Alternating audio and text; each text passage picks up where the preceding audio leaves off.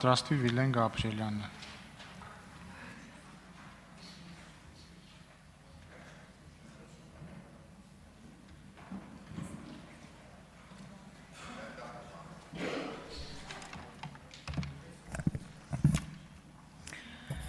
Տիկին Հակոբյան, երբ ես այս ամբիոնից խոսում եմ, ես խոսում եմ փաստերով, ձեզ հորդորում եմ լինել ուշադիր եւ միավորված ազգերի կազմակերպությունը չխառնել ԵԽԽՎ-ի հետ։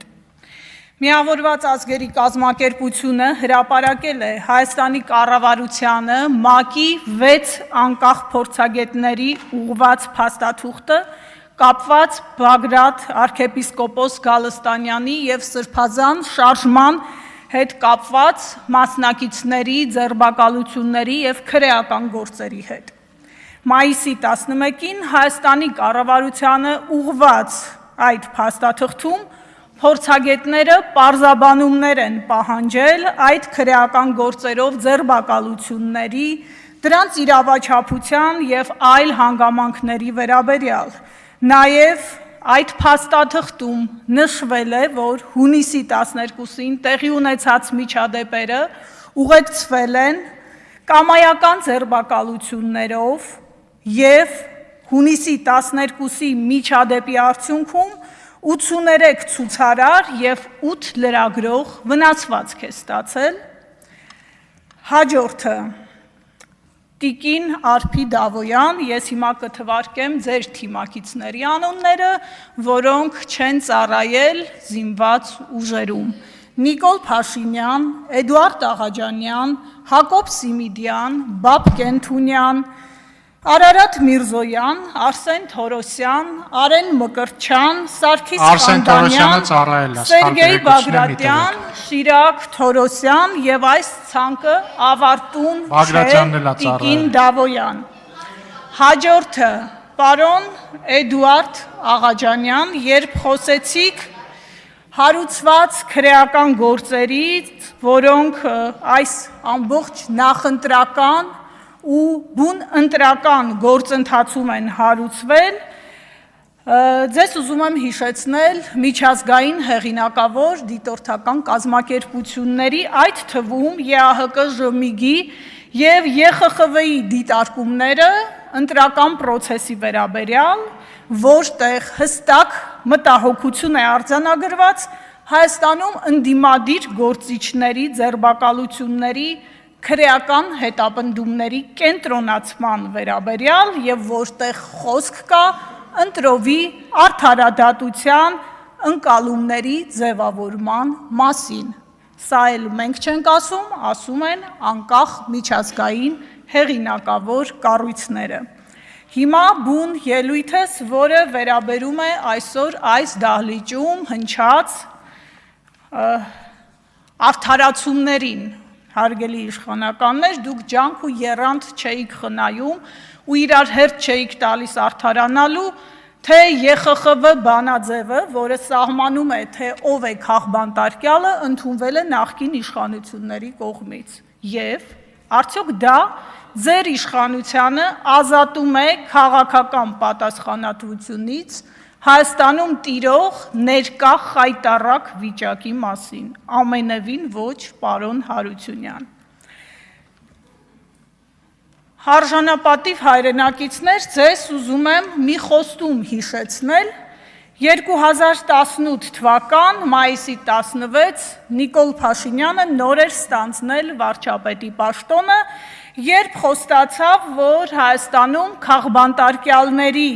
հարցը պետք է լուծվի, որպեսզի Հայաստանը ազատվի քաղբանտարկյալներ ունեցող երկրի խարանից։ 18 թվական օգոստոսի 17 նույն անձը հայտարարեց, որ նոր Հայաստանում քաղբանտարկյալներ չեն լինելու։ Ես հիշում եմ նաև 19 թվականը, երբ նա իր 100 փաստերի շարքում 75-րդ տեղում այդ նույն պնդումը տեղավորել էր, բայց ավաղ իրականությունը ուրիշ է։ Ինչպես բազում այլ խոստումներ, այդ խոստումը եւս մնաց օդում կախված կամ հակառակ տրամաբանությամբ իրականացվեց։ Այսօր մենք 26 թվականում ենք ապրում, այսօր Հայաստանում ավելի շատ քաղբանտարկյալ կա, քան 91 թվականից ի վեր միասին ամբողջ ժամանակահատվածում։ Սամվել Կարապետյան, Ալեքսան Ալեքսանյան, Սրբազան հայրերը, Արթուր Սարգսյան, Ավետիք Չալաբյան, Արեգնազ Մանուկյան եւ այս ցանկը էլի կարող եմ թվարկել, ներողություն եմ խնդրում բոլոր նրանցից, ում անունները չհնչեցրեցի։ Իշխանությունը, որի ներկայացուցիչներից շատերը իրենց համարում են քաղաքալացյալներ, այսօր Հայաստանում ոչնչացրել են անմեղության կանխավարկածը, մեղադրանքը դարձրել են դատավճիռ, քննչական մարմինների վարկածը չակերտավոր փաստ, իսկ կալանքը պատժիչ միջոց։ Ու ամենակարևորը մեկ անձի ցանկությունը որևէ մարդու դարձնել հանցագործ, իրավապահ մարմինները որպես օրենք են ընդունում ու իրականացնում են վայրկյանի ճշգրտությամբ։ Այս բարձր ամբիոնից մի շատ պարզ հարց ունեմ, հատկապես ՔՊԱ-կան կանանց։ Դուք ինչ զգացողություններ եք ունենում ամեն անգամ տեսնելիս այն տեսարանները, որոնք հրապարակում են իրավապահ մարմինները։ Դուք ինչ զգացողություն եք ունենում, երբ կարդում եք ձեզ նման մի կնոջ անձնական ընտանեկան կյանք ներխուժելու մասին պաշտոնական հաղորդագրություն։ Գուցե հեշտ է post-factum ասել, որ ափսոսում եք կամ չեք կիսում մոտեցումը։ Արժանապատիվ հայրենակիցներ, ես անուններ նշեցի, որոնց շուրջ քրեական գործեր են հարուցված, բայց դրանք առանձին մարդկային պատմություններ չեն, դրանք համակարգի մասին են։ Մի համակարգի մասին են, որտեղ 2022 թվականի հուլիսի 15-ին դատարանի նիստերի դահլիճում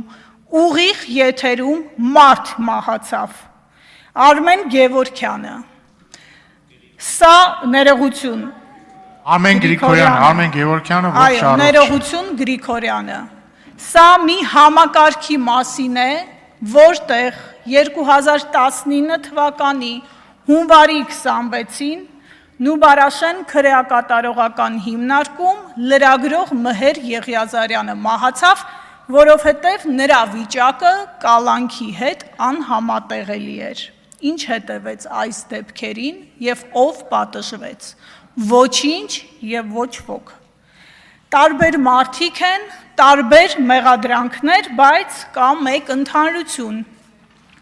Նրանք բոլորը այս իշխանության քաղաքական ընդդիմախոսներն են կամ քննադատները։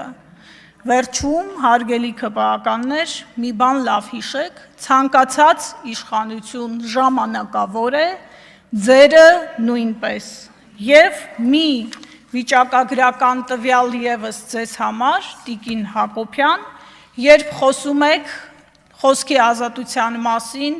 ու դա իբրև ձեր իշխանության ձեռքբերում եք նշում,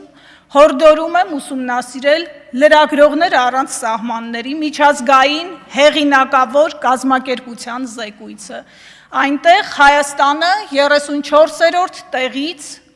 50-րդ տեղն է զբաղեցնում, գրանցել է դիրքերի անկում։ Հորդորում եմ կարդալ խոսքի ազատության պաշտպանության կոմիտեի զեկույցը 2010-18 թվականներ և 2018-26 թվականներ, մի քանի ցուցանիշ նշեմ։ Օրինակ, ֆիզիկական բռնության դեպքեր 77 դեպք մինչև 18 թվականը, 82 դեպք ձեր իշխանության օրոք, ճնշումներ ԶԼՄ-ների նկատմամբ, 466 դեպք մինչև 18 թվականը, 795 դեպք ձեր իշխանության օրոք, տեղեկատվության, ազատության և տարածման հետ կապված խնդիրներ, 209 դեպք մինչև 18 թվականը և 825 դեպք ձեր իշխանության օրոք։ Սա Տիկին Հակոբյան ասում է խոսքի ազատության պաշտպանության կոմիտեն, չի ասում 5-րդ տալիքը, որտեղ ես աշխատել եմ 8 տարի եւ հպարտ եմ դրա համար։ Վիլեն Գաբրիելյան, նախապատրաստվի Մարիա Կարապետյանը։